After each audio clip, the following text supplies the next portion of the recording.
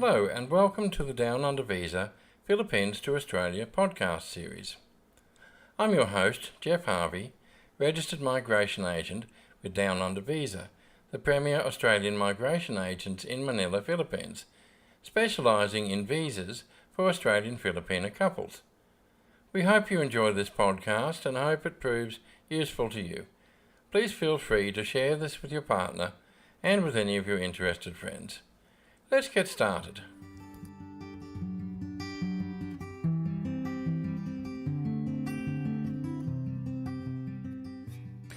Okay, today's podcast comes from the blog article, Onshore Partner Visa from Philippines to Australia, What Can Go Wrong?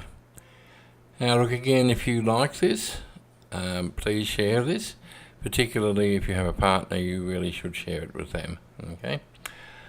Onshore partner visa, why? Now, years ago, we hardly ever saw onshore partner visas. Years ago, tourist visas from the Philippines almost always came with Condition 8503s, which preventing them from applying for practically anything onshore. And 8503, the condition still exists, and yes, it still can be applied to visas, so don't assume that it no longer exists. We haven't seen them for a long time, but they do still exist. What that is a no further stay condition. It means that if you are in Australia, the only visa that you may apply for is a protection visa. In other words, if you're a refugee. Okay, so that's how that works. You can apply for waivers of it, but it's not that easy. But once upon a time, again, they used to always come with those. So basically, the idea of being in Australia and trying to apply for something was virtually impossible, so it didn't happen very often. So yeah, the way it worked was if you wanted to bring a Filipino lady, wife or fiancée, to Australia, you looked at offshore visas only, a subclass 300 prospective marriage visa, also known as the fiancé visa, or a subclass 309 partner visa or spouse visa for those who were already married. That was the option, there wasn't anything else. Now again, can't speak for other applications, but we haven't seen a Condition 8503 for, must be getting on to 4 years now, and probably about half of the spouse visa applications we see now are onshore applications. Tourist visas now don't necessarily need to end with Filipino girl on a return flight to Manila. It is possible for her to marry, apply for an onshore partner visa, and to stick around on a bridging visa. And again, about half the clients who want partner visas are doing it this way. So why an onshore partner visa? Well, so obviously so the couple can be together in Australia a whole lot earlier. Now, arrive on a tourist visa, which takes a few weeks to be granted, and go straight from that to a bridging visa A, which is issued automatically once the onshore only partner visa application is lodged and the tourist visa runs out. I stress that again, onshore only.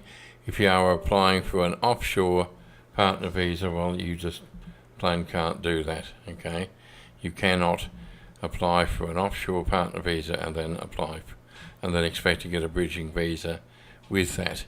And the same as you cannot apply for a standalone bridging visa, as a lot of people seem to assume. They say, I'm not ready for that, can I just get a bridging visa in the meantime?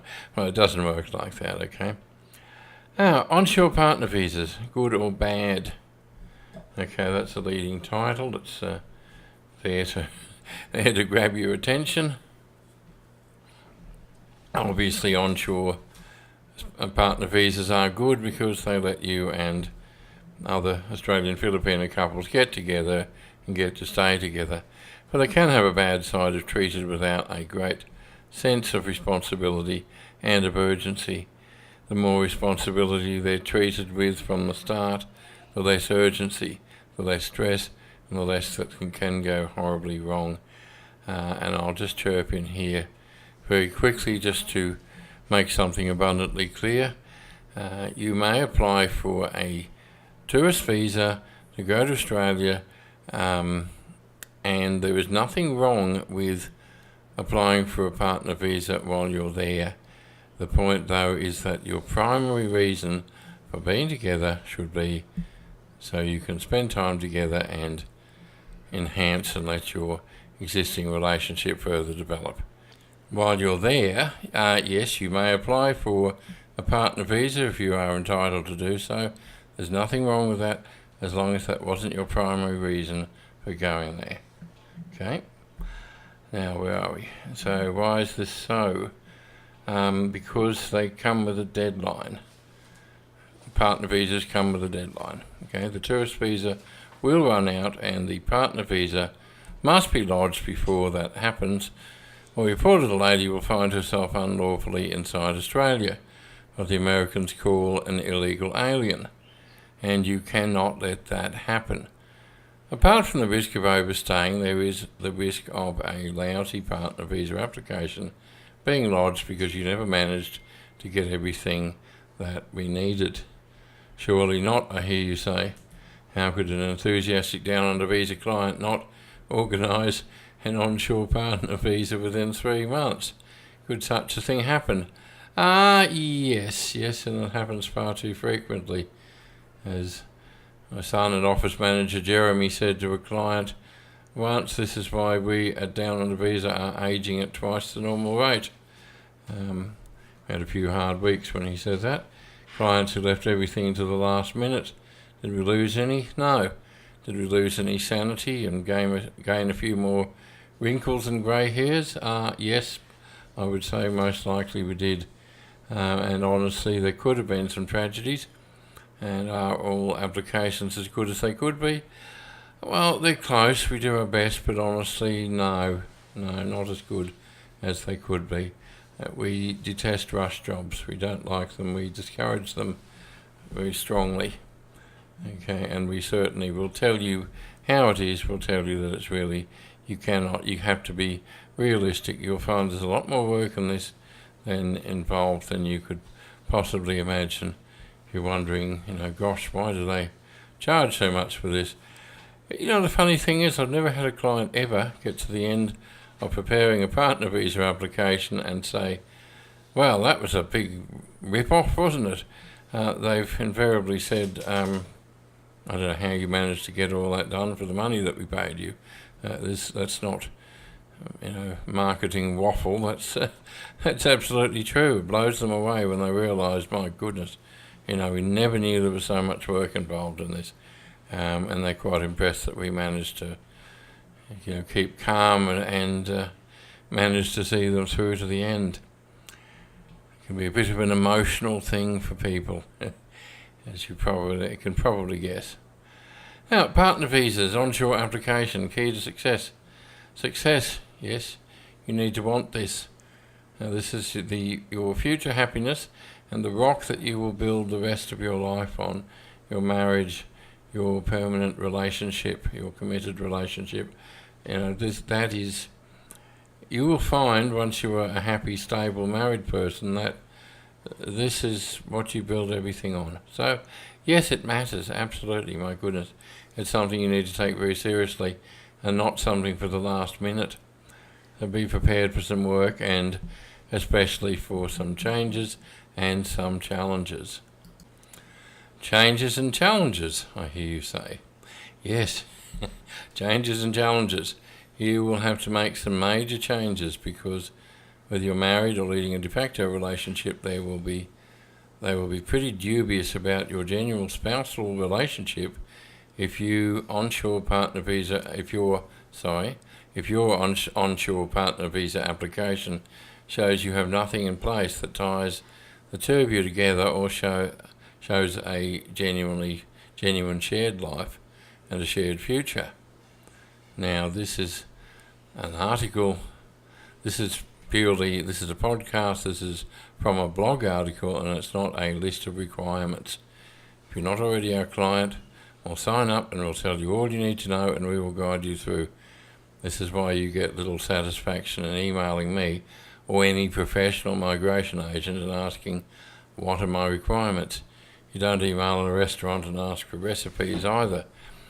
The secret is to start in plenty of time and take what we tell you very seriously. Saying, oh, we can't give that because, or how could we do that when she's not even working and earning, or surely, whatever the excuse is enough. We get that sort of thing all the time. Surely what we've sent you is enough. Surely that's enough evidence. Surely they can't want this. We're married, we've got a marriage certificate. Surely that's enough for them. Well, it is not enough, or we wouldn't ask you. We give you no useless tasks, and it's not a 50% pass mark. You have to take seriously what we say, because we never ever give anybody anything to do that is not absolutely necessary. But we would love to have a quiet life where we could say, well, here's a list of suggestions. You do whatever you want. You send us what you got, and she'll be right, and thumbs up, and no worries, and it'll go through. Just a mere formality. It's not. None of this is a mere formality. So, for goodness sakes, please take us seriously. And strongly suggest you avoid the word impossible like the plague. Now, we promised we would give you expert guidance to the most minor degree with the objective of getting you through every hurdle and down to the finish line where you get your partner visa. Tough cases, we just work harder. There is an immense sense of satisfaction for us when we see a challenging, not impossible, nothing is impossible, case through to the end. And we normally do this unless the client tosses in the towel and gives up too soon. Yes, we promised you our expertise. Now, did we promise to make this easy? Not that I recall, and if you think back, you won't recall at any stage that we're not called easy visas or laid back visas or set and forget or anything like that. This is hard slog. It's lots of work, plenty of challenges. And if you're struck by a challenge, don't say, this is impossible, and get annoyed. Work with us. Because we are working with you. We're not working against you. We're working with you, whether you know it or not, or whether you like it or not. We are working with you. Now, the alternative is to give up and spend the rest of your life staring at the walls of your sad and empty bedroom. Knuckle down and work with us. See how hard we will work for you. I had a client once who, everything was just too hard. Oh, I don't know about computers. She doesn't know about computers. I don't know how to get that. Oh, this is all too hard. And one day he just said to me, I don't understand it. It's too hard for me, too hard for her. What can we do? I said, well, I guess you better get used to being alone for the rest of your life then. I finally made my point. They both knuckled down from that point on. And they've been in Australia for years now. So it worked then. It'll work now. So on we go. Now what they want to see evidence of is these are known as the 4 pillars. You'll probably hear this along the way. First pillar, the social aspect of your relationship, i.e. they want to see you as a committed couple by those around you and whether you act as a couple. Now, the nature of your household and that you act as a normal couple leading a shared life with shared commitments and responsibilities. The financial aspect of your relationship and how you think and act as a couple leading a shared life rather than a couple of single people who don't entirely trust each other. Okay, think about that. And the nature of your commitment to each other and whether you need each other and care about each other and see your future together. So that's what they're looking for.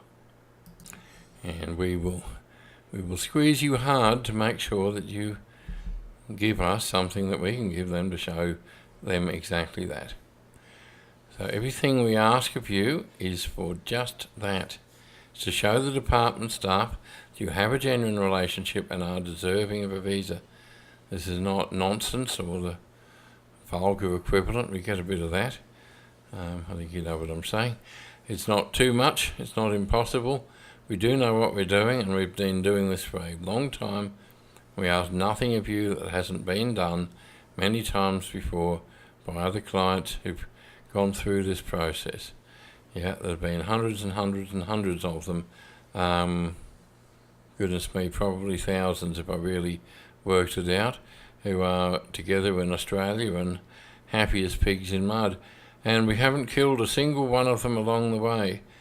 Okay, so what we're asking of you is reasonable. It will not kill you. Just do it. Okay, start early, be accurate and thorough. Be prepared to make some changes and to challenge your existing views on what you think you need to do.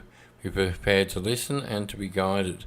We have a great formula, and most importantly, it works. Okay, thank you very much.